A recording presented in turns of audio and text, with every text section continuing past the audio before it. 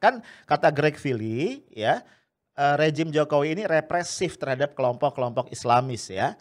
Dibantah oleh Pak Wamenak, beliau mengatakan begini, ini yang disasar ini bukan kelompok Islamis. Ini sekedar mitigasi agar tidak berkembang paham yang again anti Pancasila dan NKRI, ekstrim dan anarkis. Nah, cuma kritik gua nih.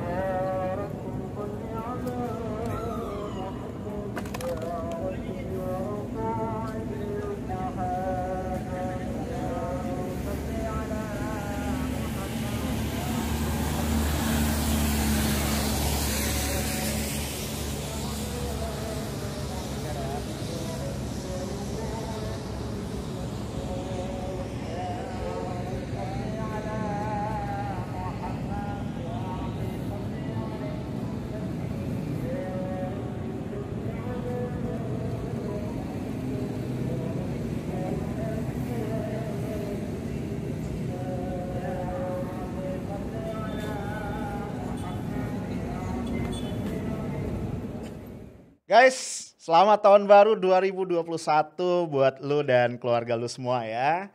Mudah-mudahan tahun baru ini juga membuat kita punya semangat dan harapan baru tentunya untuk selalu menjadi jauh lebih baik.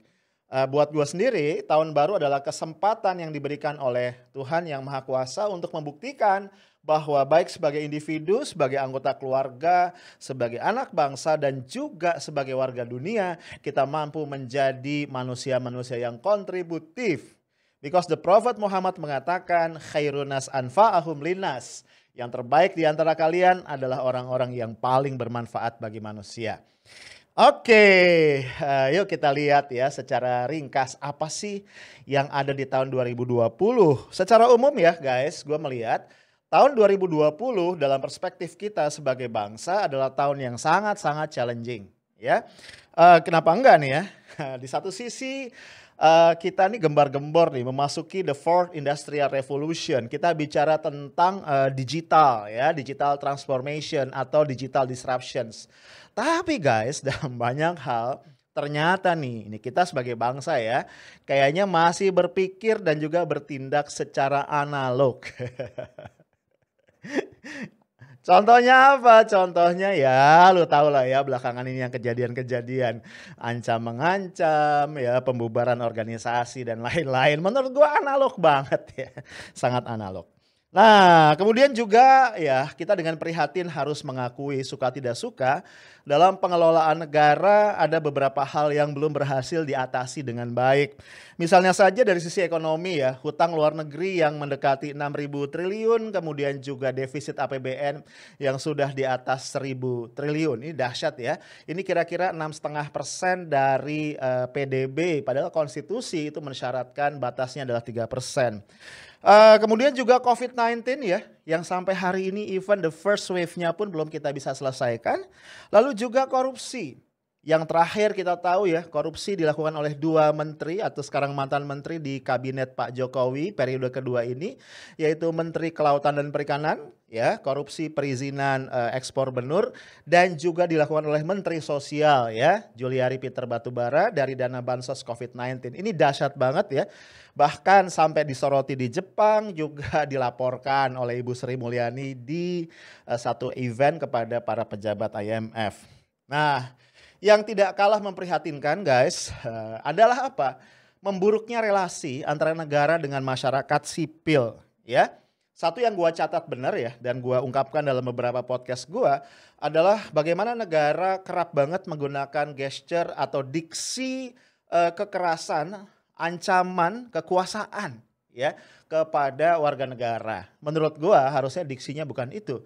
Karena again tak bosan-bosannya gua ingatkan tujuan bernegara adalah melindungi segenap bangsa Indonesia dan seluruh tumpah darah Indonesia. So gua sangat yakin sebenarnya kalau negara menggunakan diksi dan gesture yang lebih teduh, yang bermusyawarah, insya Allah Indonesia akan jauh lebih baik. Nah, satu lagi catatan gua, Ini kayaknya nggak tahu nih salfok ya, salah fokus apa gimana. Tapi kayaknya negara nih melalui state aparatusnya beberapa waktu terakhir itu sibuk banget ngurusin 2 hal. Pertama adalah Habib Rizik Syihab, yang kedua adalah FPI. Aduh ya, gua sampai bingung kalau mau bikin podcast. Karena biasanya kan gua ngomong hal-hal yang menjadi public interest ya. Pas gua cek di Twitter, gua cek di Facebook, orang ngomongin FPI dan Habib Rizik ya, karena negara selalu menyorotnya ke situ. Nah, guys, gue pengen ngobrol-ngobrol tentang beberapa case ini ya. Nah, sebelumnya CNN Indonesia 2 Oktober 2020 itu mengutip hasil penelitian dari salah satu scholars di Australian National University ya, yaitu Profesor Greg Philly. Nah, dia memuat hasil penelitiannya atau tulisannya itu di East Asia Forum 27 September 2020. Judulnya Jokowi Repressive Pluralism. Jokowi Repressive Pluralism. Ini terminologi baru ya guys ya. Jadi pluralisme tapi yang represif. Nah, beberapa catatan ya yang ada di tulisan itu yang juga kemudian di highlight oleh CNN adalah pertama ya, misalnya adanya pendisiplinan ASN ya. Ya, jika ada indikasi terpapar radikalisme, sikat ya. Bahkan ada portal aduan, ini gue baru tahu nih, ada portal aduan asn.id. Ini warga masyarakat bisa melaporkan ASN jika ASN tersebut menyebarluaskan konten radikalisme, intoleran, anti Pancasila, disintegrasi bangsa dan segala macam. Nah, Greg Philly menyebutnya ini adalah indikasi dari pendisiplinan terhadap ASN. Kemudian ada 11 larangan nih ya yang berlaku untuk para ASN agar mereka tidak dikategorikan tadi radikal, intoleran dan kemudian dilaporkan. Apa? Salah satunya aja ya dari 11, banyak banget soalnya. Salah satunya adalah dilarang memberikan like, dislike, komen, retweet di medsos. Dahsyat ya. Gue nggak tahu ini melanggar konstitusi apa enggak ya. Karena kan mengemukakan pikiran, pendapat di ruang-ruang publik itu adalah sebenarnya hak asasi yang tidak boleh dikurangi. Karena dia dijamin oleh konstitusi. Nah, walaupun hasil riset dari Greg Philly ini langsung dibantah oleh pemerintah melalui Wakil Menteri Agama yaitu Zainud Tauhid Saadi. Pak Zainud Tauhid mengatakan begini, ini 2 poin aja yang gue angkat ya. Pertama, beliau mengatakan di 2019 ya indeks kerukunan umat beragama di Indonesia itu bagus, di atas 70. Ya, gue sendiri belum mendalami ya gimana cara ngukur indeks itu, gimana metodologinya gitu ya, samplingnya kayak apa, tapi menurut beliau di atas 70 ya, berarti kalau di universitas ya kira-kira nilainya B lah gitu ya. Nah, kemudian juga dia membantah, kan kata Greg Philly ya, rejim Jokowi ini represif terhadap kelompok-kelompok Islamis ya. Dibantah oleh Pak Wamenak, beliau mengatakan begini, ini yang disasar ini bukan kelompok Islamis. Ini sekedar mitigasi agar tidak berkembang paham yang again anti Pancasila dan NKRI, ekstrim dan anarkis. Nah, cuma kritik gua nih, seringkali kan tafsirnya itu tafsir tunggal negara ya. Yang kayak apa yang anti Pancasila, yang kayak apa yang ekstrim, yang seperti apa yang anarkis gitu ya. Gua nggak tahu apakah ada ruang dialog dengan masyarakat, dengan civil society untuk mendefinisikan apa yang dimaksud dengan istilah-istilah tadi. Nah, kalau kita mencermati SKB 6 pejabat tinggi, 3 menteri, 3 pejabat setingkat menteri yang menjadi dasar pelarangan ya atau pembubaran FPI, nampaknya ya ini FPI dikategorikan masuk ke dalam kelompok tadi dengan kriteria-kriteria itu. Ya, yuk lo lihat lagi ya. Ini di screenshot ada ringkasan dari SKB tadi. Nah, tampaknya nih dalam konteks ini pemerintah berasumsi atau setidaknya ingin membangun narasi bahwa selama ini FPI adalah sumber dari kegaduhan ya. Sumber dari kegaduhan yang ada sepanjang tahun 2020 atau beberapa tahun terakhir ini. Oke. Nah, sehingga ya narasi yang mau dibangun adalah pembubaran FPI ini adalah salah satu hadiah nih buat masyarakat Indonesia. Karena dengan dibubarkannya FPI maka kegaduhan tadi akan berakhir dan masyarakat bisa hidup dengan aman dan tentram. Nah, pertanyaannya apakah narasi tadi valid? Nah itu ya yang harus kita diskusikan, yang harus kita kritisi. Secara pribadi gue meragukan ya apakah narasi tadi valid. Kenapa? Karena sekali lagi ya, ini kan masyarakat kita semakin terbuka. Ya, FPI dibubarkan, tumbuh 1000 yang lain gitu ya. Jadi gue khawatir jangan-jangan nih pemerintah dan negara kalau terus menyasar FPI jadi malah ribet. Kemarin yang disasar satu, sekarang yang disasar banyak ya. Kan lu tahu ya, seperti gue juga ulas di video gue sebelumnya, berapa jam gak hitungan hari ya. Setelah SKB 6 pejabat itu keluar, FPI di pusat ya itu dilarang dan dibubarkan, di Ciamis berdiri Front Pejuang Islam. Dan gak lama setelah itu para pentolannya, mantan pentolannya FPI yang dibubarkan atau dilarang juga kemudian mendeklarasikan berdirinya Front Persatuan Islam. Dan yang menarik ya, ada momen yang unik ya. Ternyata pergantian tahun ya di Banten itu diwarnai dengan apa? Diwarnai dengan deklarasi Front Persatuan Islam Banten. Ya, kita lihat sebentar videonya ya. Deklarasi Front Persatuan Islam Banten. Deklarasi Front Persatuan Islam Banten. Bismillahirrahmanirrahim. Bismillahirrahmanirrahim. Asyhadu an la ilaha illallah. Asyhadu an la ilaha illallah. Wa asyhadu anna Muhammadar Rasulullah. Wa asyhadu anna Muhammadar Rasulullah. Radina billahi rabba. Radina billahi rabba. Wa bil islami dina. Wa bil islami dina. Wa bi Muhammadin Sallallahu alaihi wasallam. nabiyyan wa rasula. Nabiyyan wa rasulah. Pada malam Jumat tahun baru 2021, Pada malam Jumat tahun baru 2021, kami para alim ulama, kami para alim ulama, habaib dan aktivis keadilan habaib dan aktivis keadilan dari 8 kabupaten dan kota dari 8 kabupaten dan kota Provinsi Banten Provinsi Banten mendeklarasikan perahu baru, mendeklarasikan perahu baru perjuangan umat Islam Banten perjuangan umat Islam Banten untuk membela agama, bangsa, bangsa, dan negara kesatuan Republik Indonesia dan negara kesatuan Republik Indonesia dengan nama Front Persatuan Islam. Front Persatuan Islam. Nah, dalam konteks ini ya relasi antara negara dengan umat Islam, ini gue jadi tertarik nih ngelihat trending topiknya Twitter. Tadi pagi ya, kira-kira 2-3 jam sebelum video ini diambil. Itu di jam 8 ya, itu ada beberapa tagar ya memang tidak memuncaki trending topik tapi lumayan ya masuk dalam 10 trending topik terbesar. Ini agak ngeri-ngeri sedap nih ya. Tagarnya berkah dengan khilafah, waduh. Ada lagi perubahan hakiki dengan Islam. Ada lagi 2021 syariah kafah. Ini semuanya di atas 7.000. Nggak tahu, gue sebagai sosiolog merasa ini adalah indikasi-indikasi yang harus dicermati oleh pemerintah. Artinya jangan sampai ya kita ini kayak mencet balon ya. Dipencet di satu sisi nanti akan muncul di tempat yang lain.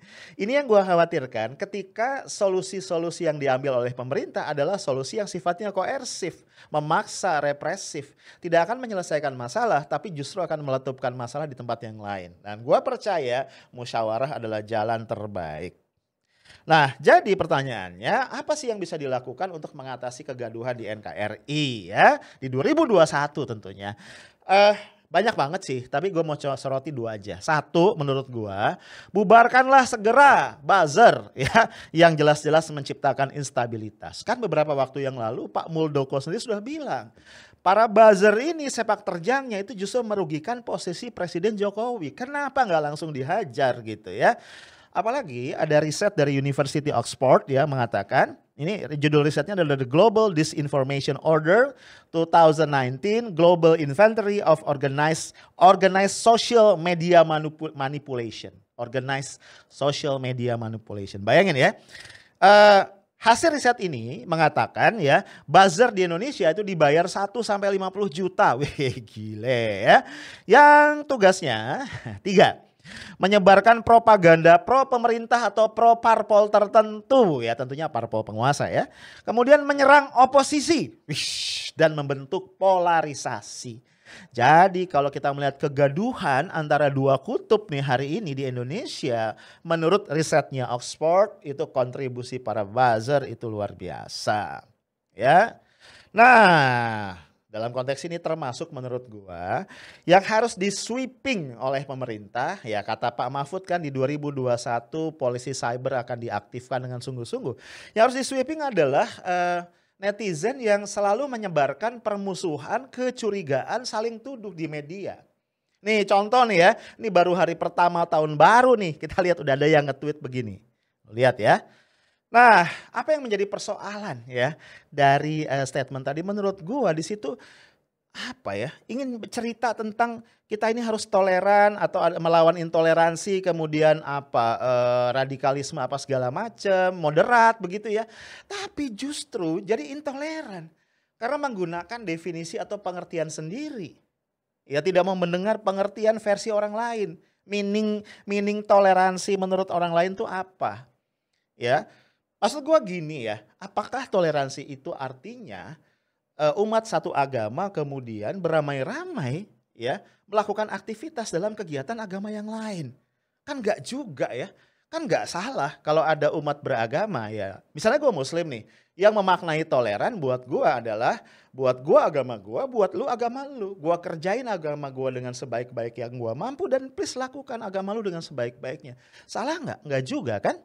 Nah karena tidak semua orang juga, bukan cuma muslim ya, nyaman ketika kemudian agama itu dicampur-campurkan. Di gereja ada tradisi-tradisi keislaman yang dibawa atau sebaliknya. Ya ini lo lihat ya, Pak Natalius Pigai misalnya ngomong ya tentang Natal. Kemudian juga ada beberapa saudara-saudara kita umat Kristiani yang lain. Intinya mereka nggak nyaman. Nah, definisi toleransi menurut mereka simpelnya adalah ya buat lu agama lu, buat gua agama gua, kerjain aja gitu. Nah yang gini kan toleran juga. Jadi kalau yang gini-gini gak dibersihin gawat ya. Satu lagi menurut gua selain tadi membasmi buzzer adalah menegakkan hukum dengan adil dan tidak tebang pilih. Ya, misalnya dalam konteks larangan kerumunan nih ya. Itu kan aduh, kerumunan Petamburan, kerumunan Megamendung itu disoal dengan sangat serius. Bahkan HRS ya itu diperkarakan, ditersangkakan dengan kasus apa? Dengan kasus atau dengan tuduhan memprovokasi, melawan petugas ya, menghasut gitu ya, dengan ancaman hukuman yang luar biasa gitu. Nah, persoalannya kerumunan-kerumunan lain apa kabar? Kerumunan pilkada ya. Dalihnya ini adalah areanya Bawaslu, dilindungi undang-undang. Kacau juga ya. Atau kerumunan tahun baru misalnya. Ya kita nggak tahu nih ya. Ini ada contoh ya. Malioboro ya, pusat keramaian di Jogja itu sempat ada polemik. Ini mau kan DPRD-nya mengusulkan supaya di close ya, di lockdown ya, dalam konteks tahun baru supaya nggak menjadi pusat penyebaran COVID. Tapi ternyata akhirnya tetap dibuka ya. Lu lihat nih video dari CNN. Jadi again pertimbangan ekonomi guys. Jadi gue kesel nih ya, kata presiden waktu itu kan ya. Itu pertimbangan kesehatan harus diutamakan. Tapi kok di bawah nih jadi bercanda itu.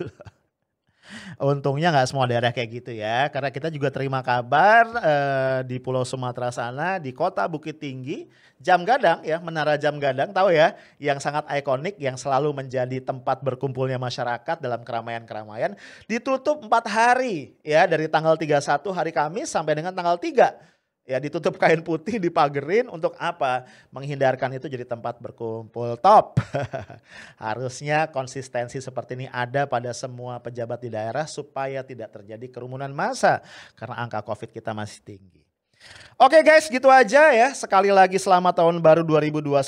Jangan pernah berhenti mencintai Indonesia dengan cara lu sendiri. Ya, stay tough, smart, and professional. Assalamualaikum warahmatullahi wabarakatuh.